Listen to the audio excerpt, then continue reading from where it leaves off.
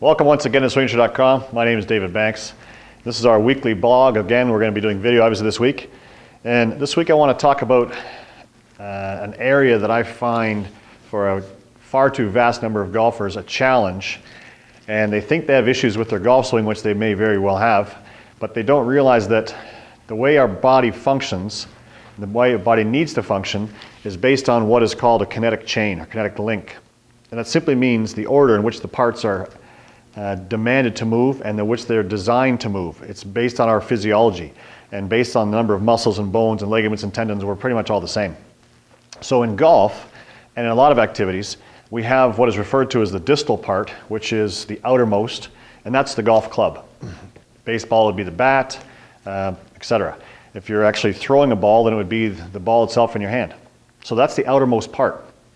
So when it comes to golf, which is obviously our concern, we have the golf club, we have the arm relationship, so you've got the one component, one piece of the club, the second piece to be your arms, the third is your shoulder, torso, and the fourth is your pelvis and lower body, which is your leg environment. So you've got the club, your hands and arms, shoulder, torso, and pelvis.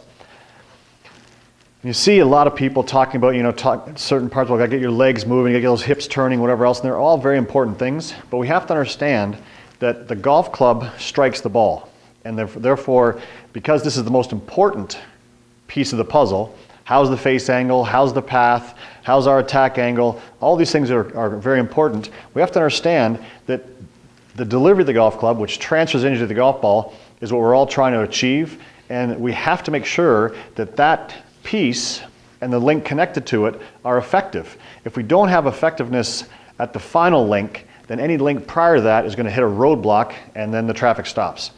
So with that being said, we want to revisit or look at how we hold the golf club and then how we must educate our arms to move the golf club properly. And the analogy I have, or I use all the time for people, is this. If you've ever thrown a ball, watch someone throw a ball, whether they throw it very efficiently or not so well, if you might be in the category of being an efficient thrower or not so much. The first thing you want to watch when you see a child pick up a ball to throw it is they hold it poorly. They'll actually hold it in the palm of their hand. And then their directive is very effective. Right here, little guy. And now they'll try to throw and they'll have no success because the hand is not holding the ball the way it's designed to hold. So without any information whatsoever from whomever's there with them, that ball will creep into their fingers because at that very young age their body's adaptive and it becomes aware of what it needs to do. And as soon as that ball's in their fingers, now they start to educate the wrist and the elbow, and it doesn't look real great at first because in simplest terms those parts aren't that smart and it kind of looks very disjointed, and you'll see little kids trying to throw a ball, it's really kind of off. But over time, with that one perfect plan right here, they start to educate their arm and their elbow and their shoulder to some small degree. And they start to get a little bit of motion and some flow to this activity. When the demand increases and the target moves farther away, their body becomes more engaged, and now they start to add some torso involvement. They start to get some rotation relationships taking place, and now the rotation of the torso and the stabilization of the torso drives the arm, which now drives the ball. And they get better and better, and as that target moves farther away, as the demand increases, now their input must increase. So now they engage the lower body, they use the ground to develop some ground force effects, some pressure upwards, they use the ground to leverage against, and now they get that lower body driving, stabilizing, rotating, and that fires the arm. And that's the sequence which we want to try to discuss. Well, when it comes to golf, we have an added piece to that relationship in that instead of the golf ball being inside, or whatever type of ball they're throwing, inside their physiology, it's completely inside their hand, now the ball in this game happens to be well outside, and now people try to control the outside instead of understanding, no, if I can get my arms to drive the club will drive the ball. So This is what we're going to talk about today, is just real simple, talking about how the hands must be positioned on the golf club, and then a simple little exercise I want you to work with, which we've talked about in some of the training, but we're going to touch on this again, about how to get this golf club moving better by educating the arms. So first and foremost, how do we hold on to it? The vast number of golfers that I see don't hold the golf club properly, and I believe it's simply because from day one of our lives, your forearm, your wrist, your hand, your fingers are built in a straight line. And I suggest if not, you should maybe see a doctor. But that straight line relationship tries to accommodate, when golf is introduced, this very odd angle. And when that happens, the hand now gets placed far too much diagonally across the golf club and far too much in the palm. And I see people who have been playing for 20 years that have come to me and say, oh, I'm having no success. I really time to get some better information. They have this grip.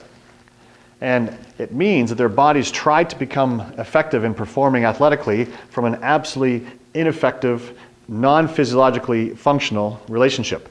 So we have to understand that the golf club needs to sit much more perpendicular to the hand, not diagonal. And the easiest way to hold on to it properly, the easiest way I've found to grip the golf club, without being too technical, is if you put the golf club in the air and just reach out and grab it. Don't even worry about the fact that it's a golf club, just the fact that it's a cylindrical object, and just grab it. Your hand will make much more of a fist environment on that golf club, and the club will be much more in this orientation than it would be in this orientation. And this is really critical. And to test to see how your hands are positioned on the golf club, we want to do this little simple, we can perform a simple little test. When you get set up, you take your grip. When you're in your address position, I want to check and see, can I let my wrist hinge or vertically bend, which is that motion. Horizontally bending is this motion, and we never want to have that in golf. There's the vertical bend. Can I vertically bend the wrist relatively close to, and maybe even beyond, 90 degrees to my forearm? And you see I'm able to do that, which is because the golf club is positioned properly in my hand. The heel pad of my hand is on top of the golf club, creating a leverage relationship, and that enables my wrist to have full range of motion. If I put the golf club where most people have it, which is too much across the palm, you'll notice that this little hinge test gets significantly challenged. I can't do this. So this is a very simple little test. You can do it at your side if you want to. You can do it in your address position, but you want to ask yourself, can I lever the wrist, vertically bend it, and create that relationship? Now, if you can't get the club to 90, try it this way. Flip the club around, and then try it. If you can do it this way, with the club head in your hand, or just outside your hand, holding onto the shaft, if I can do it this way, but I can't do it this way, it means I have a strength issue, and we should work on some exercise to get stronger in the forearms. But if we can't do it either way, it's because we're holding the golf club ineffectively, and maybe we need some forearm exercises. I have found very, very few people who cannot lift the golf club in that leveraging relationship if the hand's on the golf club properly. So that is absolutely critical. Now, we've talked about alignment of the hands. The swinginature that we've developed has got a training grip if you want to get that to help you understand your alignment. But in simplest terms, you hear this all the time, when we have the club in our hands properly, the heel pad of our top hand's on top, we can now create that leverage relationship. We want to have an orientation so that the V between the thumb and first finger is somewhere to the right of center. And the right hand, or the bottom hand for all golfers, is going to blend into that top hand, connected on the inside of your thumb, fingers on the bottom, and just comfortably holding on. And this is another thing that I want to address. You always hear about grip pressure, and everyone talks about how light it needs to be, and holding a bird, which I'm pretty sure most of them have never done. If you were to ask a tour player to take his grip, and then unbeknownst to him, you try to rip that club out of his hands, you wouldn't be able to get it out of there. Because it's not being held super, super light. It's pretty stable. It's not tight. If as light as we could go would be tension 1, and as tight as we can go would be level 10, we're going to be at around 4. But more importantly, we want to have some freedom and softness in the wrists and forearms. And one of the little exercises I have a lot of my clients work on is this one. If you're to take your forearms and just kind of let them relax and hold your arms at your sides and try to practice rotating your forearms, we want to be able to understand is I need to be very relaxed and soft because we want to be able to create what is called fast twitch activation of the muscle. And if I'm trying to rotate my hands in this manner, I'm not going fast, because I can feel myself creating tension. I want to be able to go really fast, and therefore to do that, you're going to, I think, maybe realize how light the tension level has to be in your arms, because we want to be able to have real speed to that movement. And to get that little rotation relationship, it has to have such little tension that I can't describe it as anything other than complete freedom. And unfortunately what happens in golf, we have this hip thought now creates tension, tension creates resistance, and we lose our ability to control the golf club. So simple little test, just see how fast you can snap those forearms in that rotational manner. It's not going to happen during your golf swing, but we want to get a feeling for that relaxation so that when the demand of the body sends the message to the arms can respond to it. That's what they're designed to do. They're designed to respond, not to try to force. So we get our hands on the golf club again, comfortable pressure, but most important, very relaxed relationship in the wrist, relaxed forearm, the joints are just kind of soft. And now we're going to talk about a very, very simple exercise to help you feel the sensation of moving that golf club to educate the arms. We so often see a lot of what would be considered suspect or counterproductive movement. We see the early throwing away of the energy. We see very often that tension causes wrist breakdown at impact. We see, this dreaded chicken wing thing and separation. It's all because the hands are not educated and the arms are not educated in how to move the golf club. And now when they're asked to move at a much greater speed without the education, they can't even come close to doing it. So we need to understand how the arms have to move, and what happens is very simple. They're going to rotate with the body, and when they're holding the golf club head will rotate as well. If you watch the club head, my hands, the body, you'll see that this is all rotating together.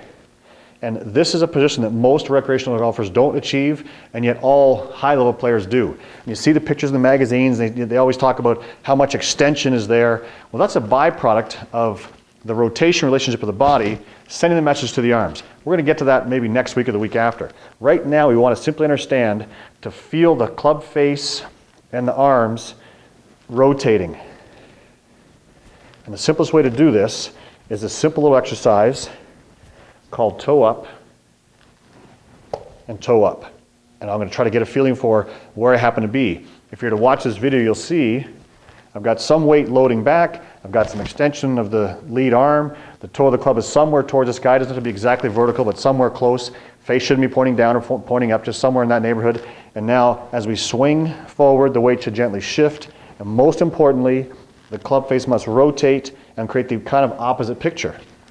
This is very easily performed with the swignature because we can use that red and white designation. We can see red and white here. We can go ahead and watch this travel back to make sure we're doing a good job of it. And now we can swing this forward and check it again. If you want to go really slow, you can watch it the entire trip. Keep in mind, we're not going to do this when we swing the golf club. We were just trying to get a sense of what I'm trying to feel, create a visual that says that's what I'm looking for. Now what does it feel when I'm creating this, the corrective visual? And now we can now go through the swing and say, well, I wonder how I'm doing. Check a look. Oh, it's good. And now I'm going to swing to the other side. How am I doing? Oh, good. If it's not great, then go ahead and fix it and then try to incorporate that fixed feeling into the swing. Keep in mind, we only can go as fast as our body is aware. I ask people this question all the time. Did you feel yourself do this? No. Did you feel yourself do this? No. How about this? No. If you don't feel it, then you're going too fast to be aware. So if we can start to go at a casual pace and say to yourself, oh, I feel that, I feel the softness here, I can feel the rotation of the form, the line is on top, I can see red and white. If I have the club in my hand, I can see the club face orientation effective. And now as I unwind the body, oh, do I feel myself delivering into a straight line? Or did I feel this happen? Or did I feel maybe this happen? As opposed to, oh, that's a different feeling. And now we have to do repetitions with the proper feel and slowly add speed to it. The problem is we want to go real fast right away because we want to hit the ball real far right away. But we've got to keep in mind, we're trying to create an effective link relationship, hands to club first. Then we're going to add, the delivery of the arms from the torso and the delivery of the torso from the lower body.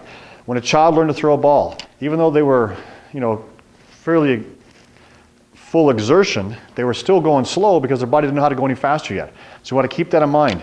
If we're doing less than great things, we want to create that change, so to speak. It's got to happen slowly, systematically, small segments at a time. That's how our brain and body learn. Slow, systematic, compartmental. And once you get a feel for this, okay, that's what my hands and arms should be doing. Now we can add a little bit of that wrist hinge. Oh, there's the vertical hinge. Still see the red and white. And now again, both sides. There's a simple little exercise, simple little drill. Make sure we're training the hands and arms. If we can do this, we now have the green light to go faster and bigger. When people don't do this well, they should never hit the ball or try to hit the ball farther or faster.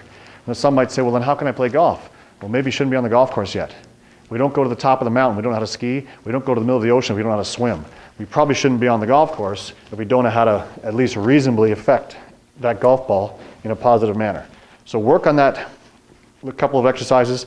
Check the hinge test. Make sure your hands are where they should be on the golf club. Make sure your wrist activation is there. And then work on that little simple delivery of getting the arms to rotate and the club face to rotate to help your educating your arms to deliver that club to the ball. And we can move from there, step it up to get the body driving the arms and get the pelvis driving the body. And somewhere down the road, the ball's going significantly farther and significantly straighter.